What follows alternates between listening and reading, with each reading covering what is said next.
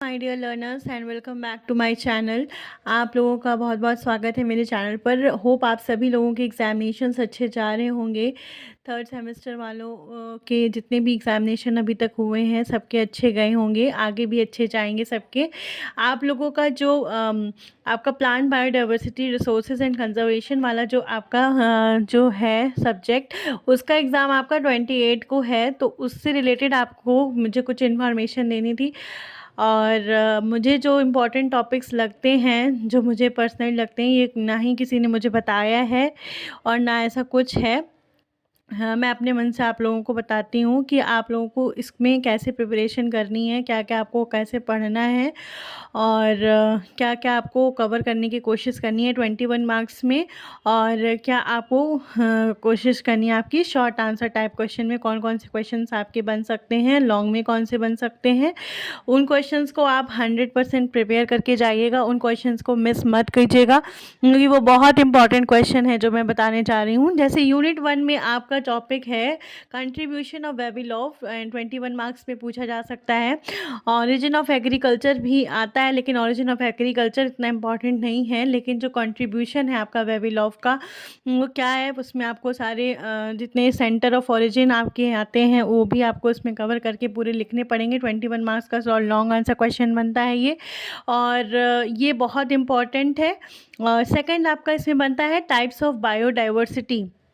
Types of biodiversity जो आएगी आपकी, ये आ सकती है आपकी 4 मार्क्स में। अलग अलग क्वेश्चन पूछ सकते हैं कि अल्फ़ा बायोडाइवर्सिटी क्या होती है, बीटा क्या होती है, गामा क्या होती है, ऐसे करके।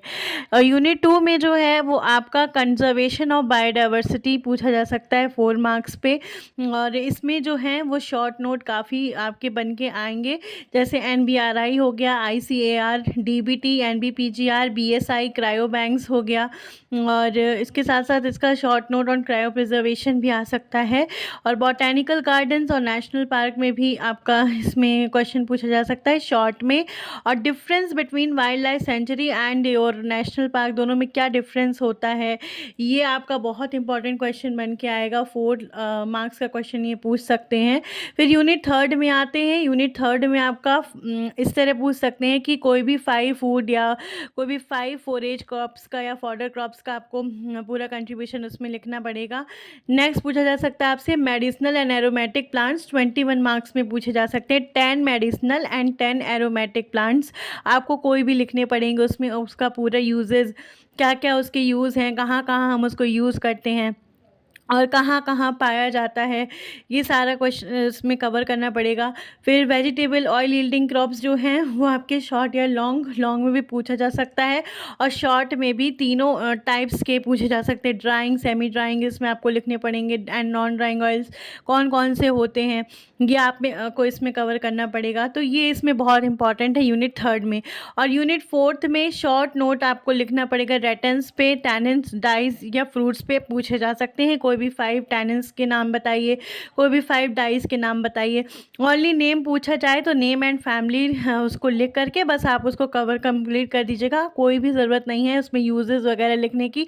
अगर सिर्फ नेम पूछा गया है तो आप सिर्फ अपना 1 2 3 4 5 पॉइंट डालिए, उसमें नाम लिखिए, कॉमन नेम एंड उसका बोटेनिकल नेम क्या है और उसकी फैमिली क्या है, बस कंप्लीटेड। नेक्स्ट आता है IPR में क्या है। IPR बहुत इंपॉर्टेंट लॉन्ग क्वेश्चन बन सकता है। लॉन्ग क्वेश्चन बनेगा आपका IPR से। और ये आपका एक कंट्रीब्यूशन ऑफ वेबिलॉफ से बनेगा, एक ग्रीन रेवोल्यूशन से बन सकता है, एक सस्टेनेबल डेवलपमेंट से बन सकता है, एक आपका बन सकता है मेडिसिनल एंड एरोमेटिक प्लांट से भी बन सकता है। और यहाँ पे अब जब आप यूनिट 5 पे आते हैं तो इसमें आपके ये शॉर्ट आंसर में आ सकते हैं। पेटेंट ये क्या होता है, ट्रेडमार्क से आप क्या समझते हैं, ये WIPO क्या है, और ये आपका पूछा जा सकता है यूनिट 4 में। यूनिट 5 में जो एवेन्यू एंड एस्थेटिक ट्रीज़ हैं और पोल्यूशन कंट्रोल हैं और ये ग्रीन रेवोल्यूशन है, ये तीनों पॉइंट जो हैं ये आपके तीनों लॉन्ग आंसर टाइप क्वेश्चन में आ सकते हैं। ये तीनों क्वेश्चन आपके लॉन्ग में बहुत इंपॉर्टेंट हैं। तो ये आप तीनों क्वेश्चन आप अच्छे से लॉन्ग में प्रिपेयर कर सकते हो। एवेन्यू एंड एस्थेटिक ट्रीज़ का भी आपका लॉन्ग में पूछ सकते हैं, एंड पोल्यूशन कंट्रोल वाला तो 100% लॉन्ग में आता ही है।